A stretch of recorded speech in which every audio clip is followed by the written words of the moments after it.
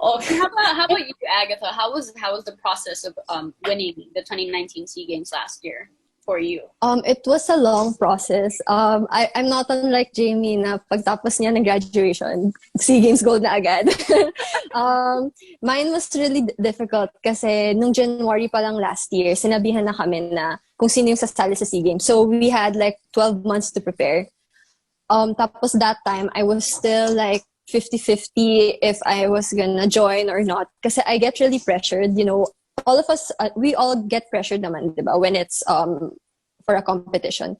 Pero this time kasi I really felt the pressure nung January pa lang kasi alam ko na we were gonna host it and I know na there will be expectations of me. So I had to like just bite my tongue and just go with training every day. Tapos we went to China last year for 4 months. Tapos yun, after China, I went to World Championships, and then after World Championships, I trained for 1 month here in home ground, and then I went to SEA Games na. And it was a really long journey for me kasi I was also balancing multiple injuries. So I have a slip disc sa back ko, tapos I have patellar tendonitis on my right knee. So yung therapy ko kasi it's here.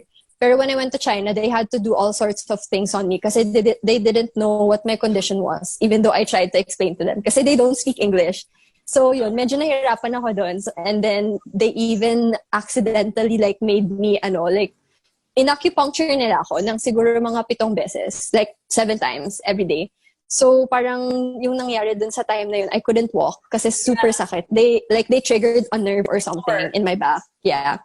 So I was really scared kasi like for 1 week I couldn't lift my leg, like kahit konti lang. I couldn't lift my leg because my back was hurting.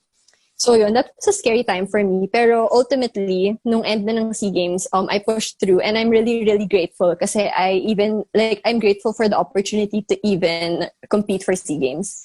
So winning SEA Games for me was like just above my expectations. And that's really crazy because it sounds like you had a busy schedule as well coming up to, since, SEA Games was in the last part of the year.